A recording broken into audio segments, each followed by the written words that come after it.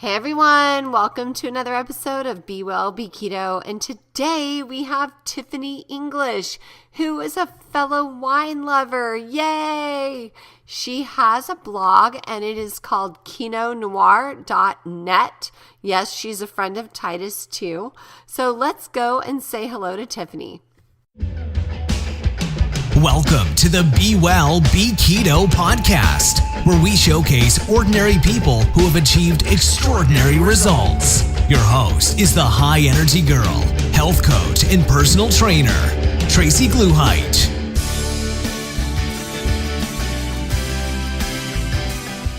If there is a way that you could literally turn back the hands of time, have a better mood, more energy, libido, greater muscle tone, improved memory, healthier hair, skin, nails, I know I want healthier skin, lose the chicken neck, better joint flexibility and mobility, some fat loss, especially around the midsection, increased strength and bone density without having to swallow a bunch of pills. If there was a way that you could have all these benefits, would you want to know about it? Well, the answer is here. We have the only FDA-registered transdermal, over-the-counter human growth hormone product.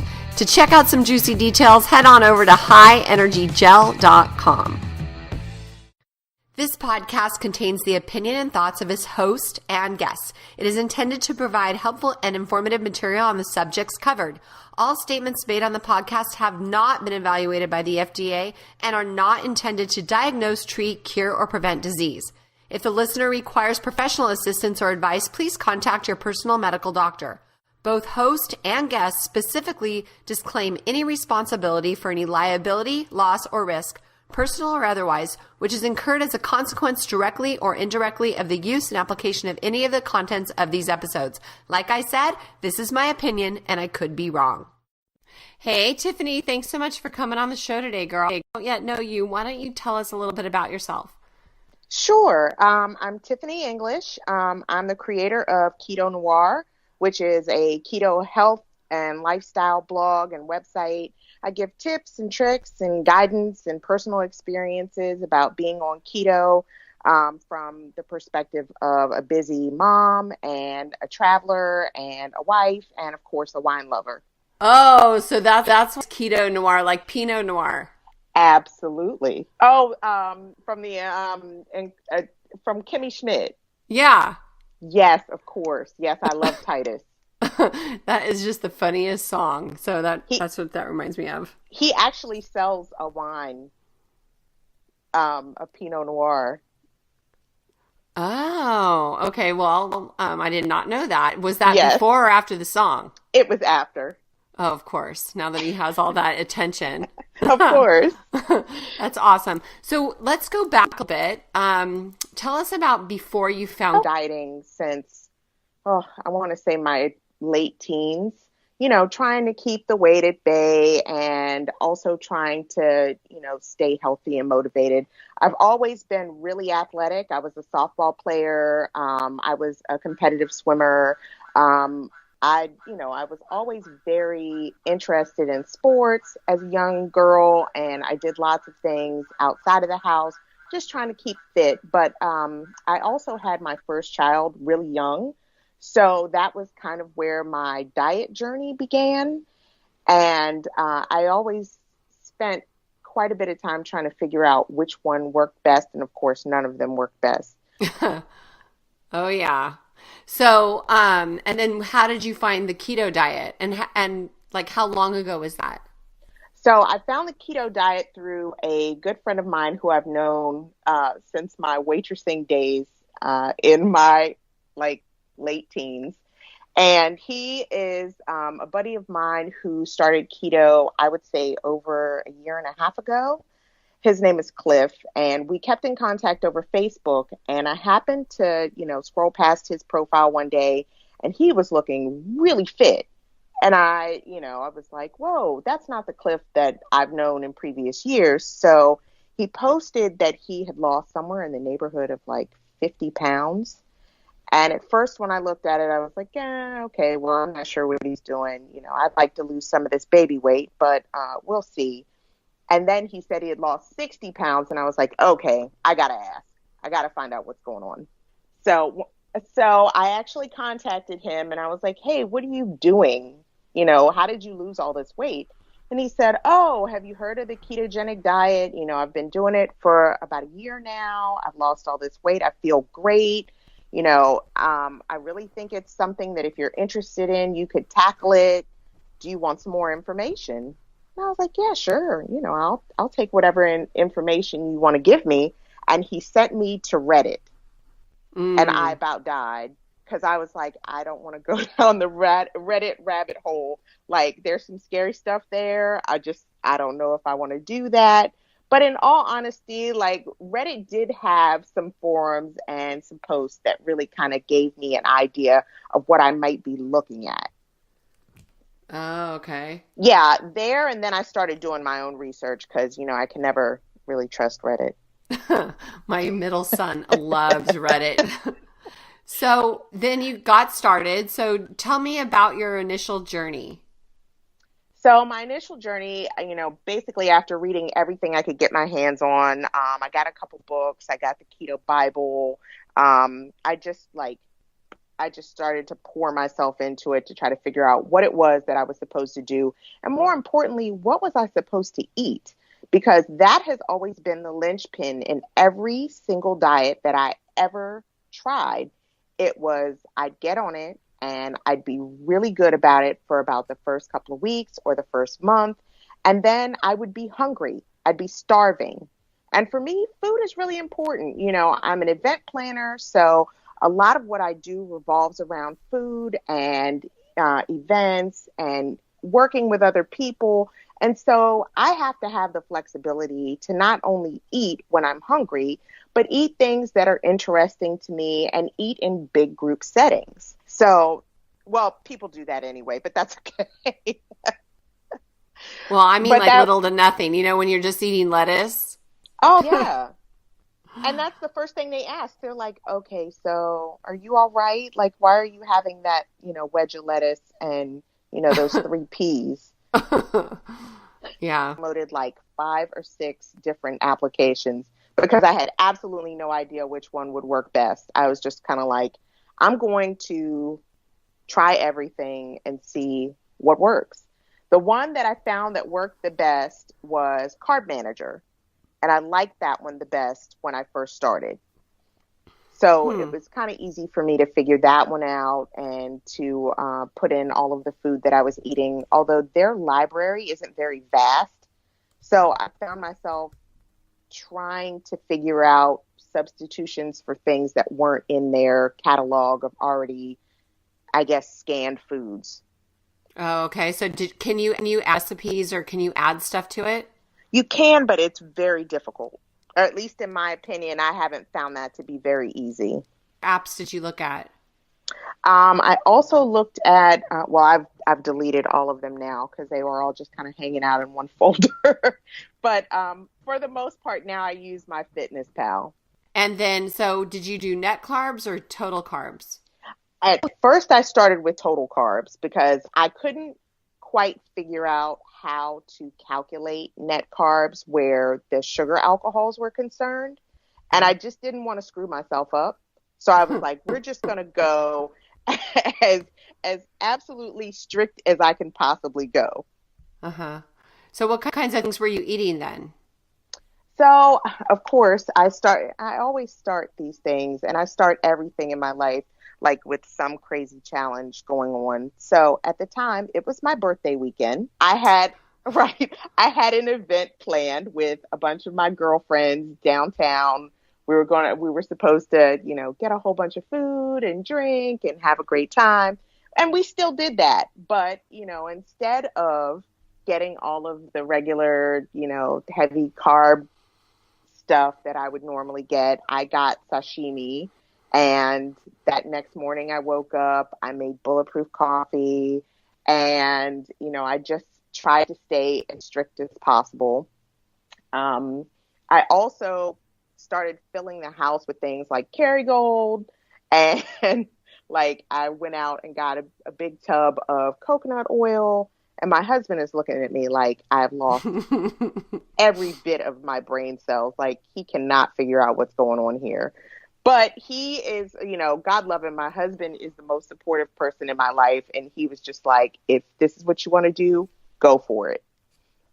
Oh, good. My So he husband's joined. not. Really? Yes. I've heard that a lot, though. Lots of women who are on keto and their husbands are like, no, that's okay. I don't know, almost 3 years. Wow. And he has no interest? Yep. No interest. Care. That's his problem. So are you doing Right. do you do any fasting? I do. So I just implemented intermittent fasting about 3 weeks ago to push through a plateau. Mm-hmm. And I had been resistant at first, not for any particular reason. I'd seen some things where people were like, I'm embarking on my 5-day fast. And I was like, no way. I don't really want to involve myself in anything that requires me not to eat for an extended period of time. Yeah, that's days. Oh my God, I would chew my arm off. I would too. I can't even imagine. So I started with the 13-hour circadian style fast, just to see where I was. I figured I'd be asleep for most of it, so it couldn't be, but, so difficult. And once I got through about a week of that, I decided to head into the 16 and 8 phase. And that's been fine for me. And how do you feel? How do you feel with energy and stuff? At first it was a little low. It was kind of like when I started keto in the beginning, where I couldn't quite, figure out my energy levels, especially closer to the end of the day. But that really went away after a couple of days. I was fine after about day 3 or 4, and my energy levels shot back up, and I've been fine ever since. Lunch with somebody, which, I do, I don't know, a couple times a week. I just get tired after that. Right. It's crazy how that happens, when you used to eat 3 meals a day, and now all of a sudden, as soon as you eat, you get tired. Right. So I'm really happy that because I typically go to the gym in the evenings. Me and my husband, we kind of cycle on and off because we have a toddler. So he goes to the gym. He goes to the gym almost every single day of the week, with the exception of weekends.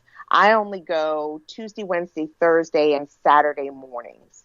So in order for us to maintain a schedule where we can pick up the toddler, some days he picks up the toddler and some days I pick up the toddler. So it was really helpful for me to figure out my energy levels and to get that meal after fasting at lunchtime, because then right about the time that I hit the gym, which is closer to 6, my energy levels are great. And then I can push right through my workout. Okay. No. Let me explain. I go to the gym at 6 p.m. So I usually break my fast about 1 p.m. Morning exerciser. I cannot do the evenings at all. I completely understand.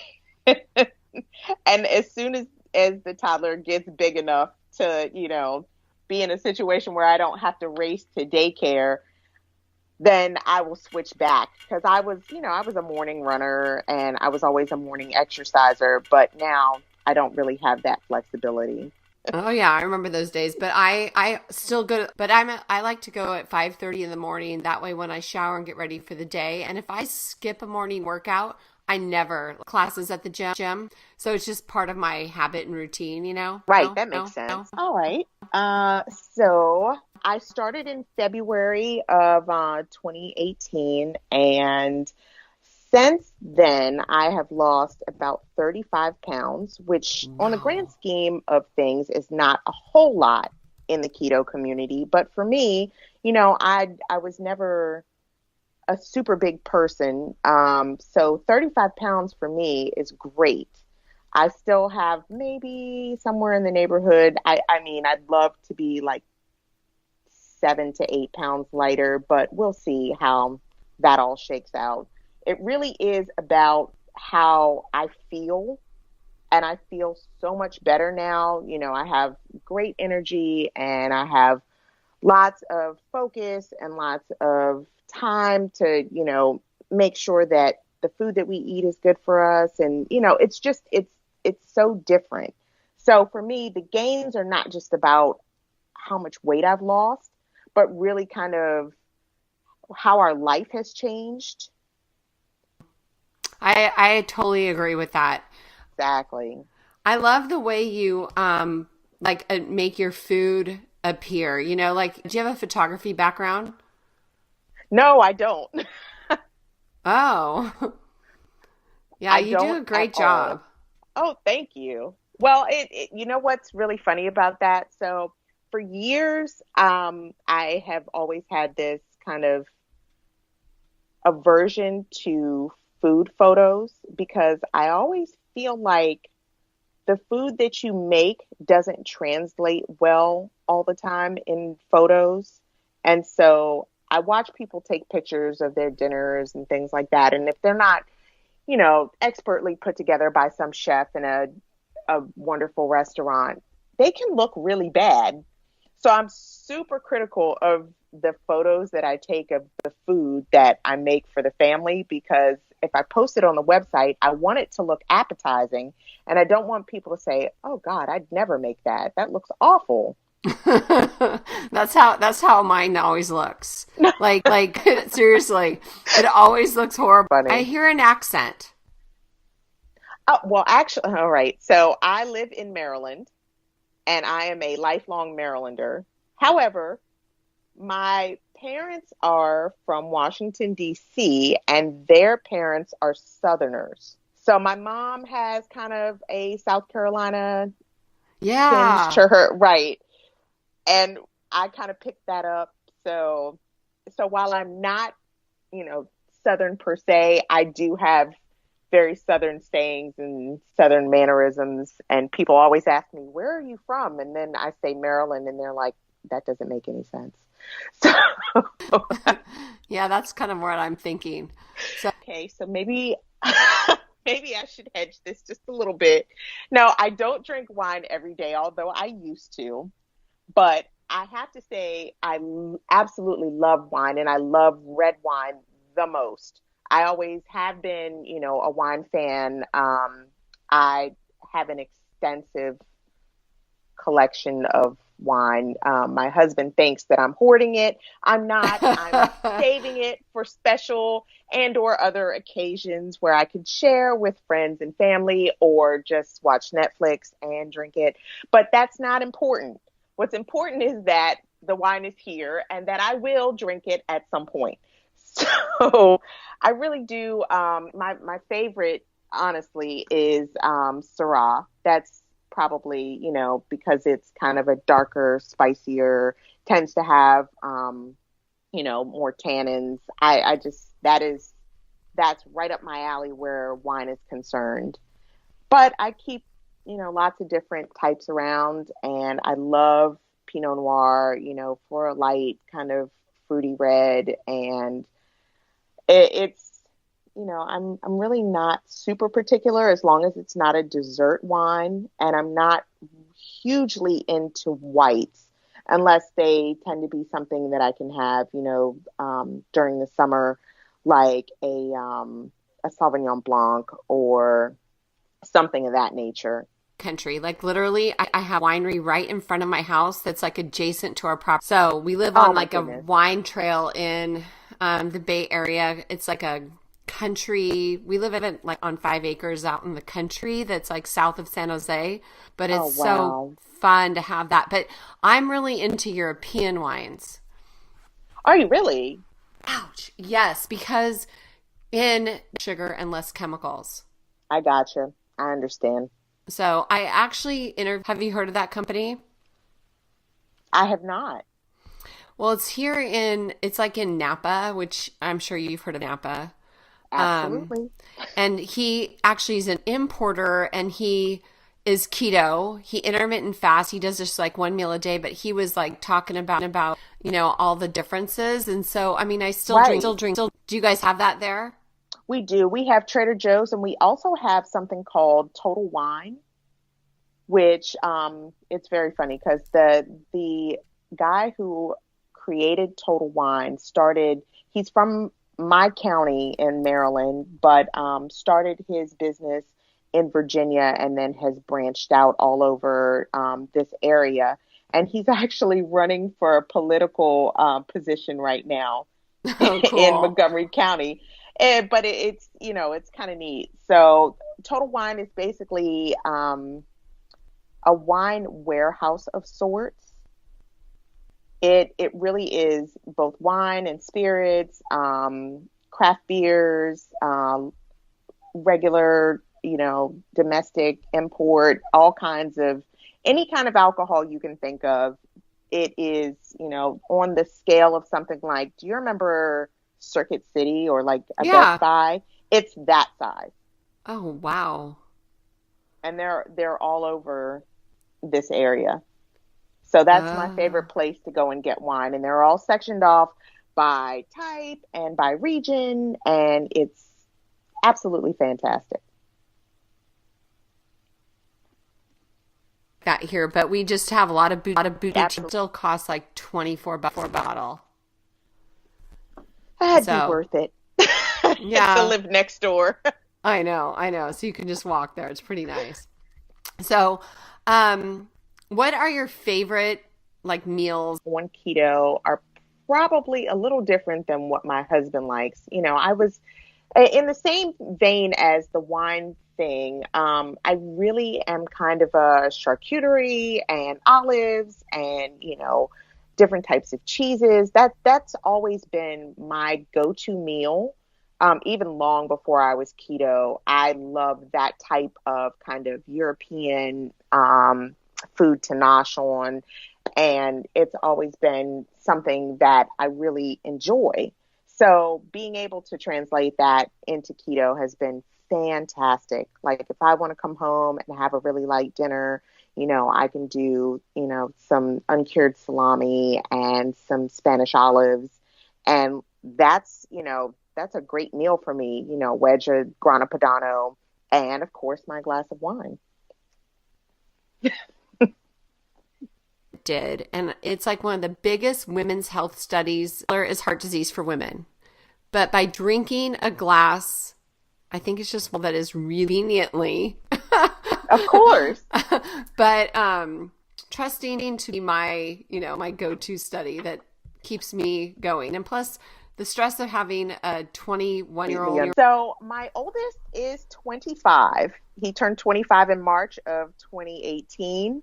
He is finishing up his bachelor's degree in information systems management, and he actually does not live at home anymore. He works full time. He's doing school online now, but he is still very, very much solidly in my pockets. Gotcha.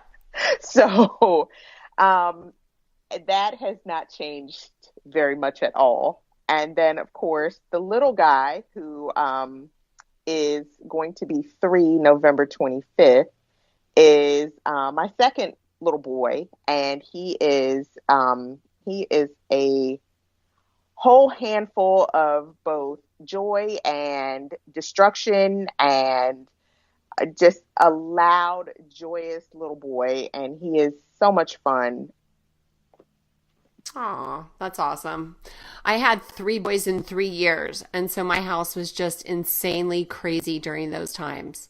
Oh, I'm sure. I can't even imagine. Well, and the other part of the reason why I started on keto was because I had my baby at 39, and, it was vastly different than the 22 years prior where I had my oldest and my body just snatched right back and I had no problems losing any weight. In fact, I don't know that I gained any weight with my first son. I probably just, had him and walked out of the hospital and everything was exactly the same. It's been that long that I don't remember. But I actually went up somewhere in the neighborhood of 25 pounds with my youngest. And that was it was something I had never experienced before. And 2 years later, I was still wearing very much of that weight. Girl. It just... It's coming. It's on its way. Absolutely. Like, talk to some folks who are on keto who have had success with it. But honestly, get some books, do your research, talk to folks, talk to your doctor. That was the first stop that I made. I had a physical in February right before I started keto, and I was told that my fasting blood sugar numbers were pre-diabetic. And I mentioned to her that I had been thinking about, starting keto. And she said, well, I don't have any problem with you doing that. I don't particularly think you'll have any problems. But, if you feel like you'd like to try, go right ahead, because anything that would reduce your numbers would be great. You have a progressive doctor, because not all doctors are going to say that. That's true. So you have a good doctor, it sounds like. Yeah, she's a little younger, which is great. I feel like she is more progressive and she has a better understanding of just how things, have changed over the course of the years. I think that when you have sometimes an older doctor, they're not as open to some new suggestions. And basically, I can't figure out why you wouldn't want your patients to cut back on their sugar or cut back on things that, turn to sugar. Well, some of them are still living in that low fat, non-fat, phase. I mean, there's a lot of influencers out there that are still, talking about how much fat you're eating. So it just, Right. That's why we're here to educate and inspire people to just give it a shot. See how you feel. Absolutely. And I really tried, people ask me questions about it all the time, whether they're really interested or they're just, kind of curious. But what I always say to people is, my keto is not going to be your keto. It's not going to be my husband's. We're all different. And so, don't assume that just because I do things this way, that's the way that you'll have to do them too. It's not a one size fits all type of lifestyle. It really isn't. And you really kind of have to get that into your head before, you start to make broad choices about whether or not this will work for you. Right. I mean, I'm pretty darn strict about eating carbs. And yesterday I went to the movies with my mom and I had popcorn. And I never have popcorn at the movies, ever. And now I'm paying for it. My knuckle, I always call it my brake knuckle because it's my right hand knuckle from my brake for biking. And It is killing me. Oh, I believe it. So I'm just like, okay, well, I just learned another lesson. Like, don't do it, So anyway. I had one of those incidents on Halloween where we were racing to get home to get the toddler out to trick or treat. And my husband was like, what are we going to eat? And I said, well, I can always stop at Chick-fil-A and get him something to eat. And so my husband, who has a much better tolerance for carbohydrates and, foods that tend to be more processed, he's like, well, get me a chicken sandwich and I'll just throw the bun away. So I was like, well, if he can do that, I can do that too. I was sick for 2 days. He was fine, but I'm not sure whether or not it had to do with how it was put together or, I typically, if I were to cook a piece of chicken breast in here and put some cheese on it and a couple of slices of bacon, I would have no problems. But for some odd reason, that sandwich sent me into a whole tailspin. And I also have some latent injuries from, years past. So I have a bum ankle and a wonky knee that are basically from years of either running or, all kinds of exercise that I used to do, probably softball. But the second that I eat something that's not in keeping with keto, they flare right up. Really long mountain bike ride, and the downhill was so long. This is kind of, one of those things where, and we were just kind of talking about this with the doctors, and I don't know how much you know about this, but in the minority community, we tend to be a little skeptical of new stuff. It happens. And a lot of my minority friends ask me questions about, keto, and they're very, very skeptical. I don't know if that's something I should do. I don't know if that's something that I could do.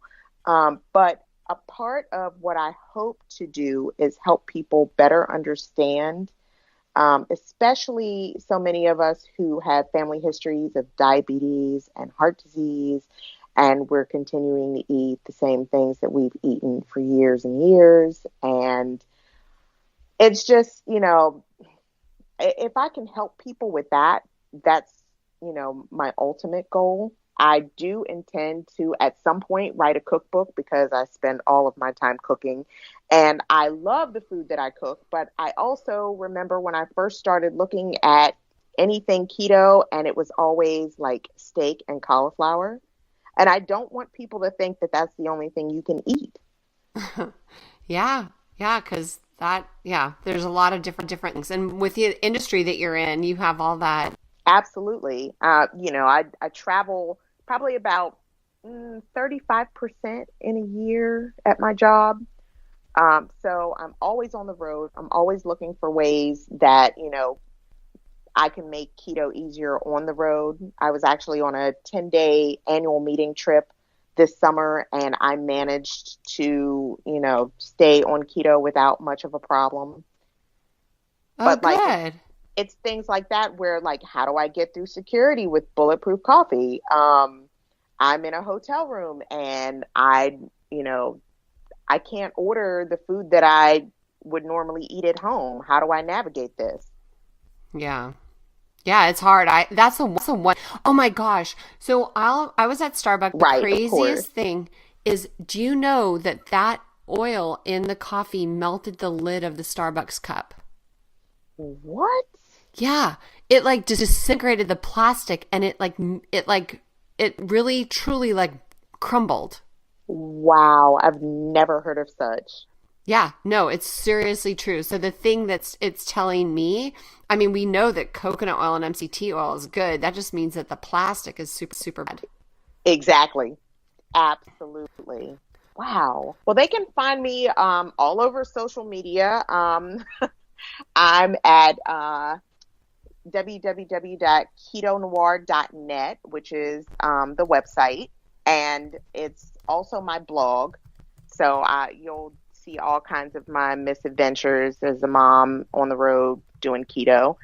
And I'm also on Instagram, and that's Keto Noir _ I'm on Twitter, but nobody follows me on Twitter, but that's okay. I'm still there. So if you'd like to find me on Twitter, look for Keto Noir on Twitter. And I'm also on Facebook. I have a Facebook group which is public and open to anyone who wants to, see what's kind of going on and what kind of recipes I'm making.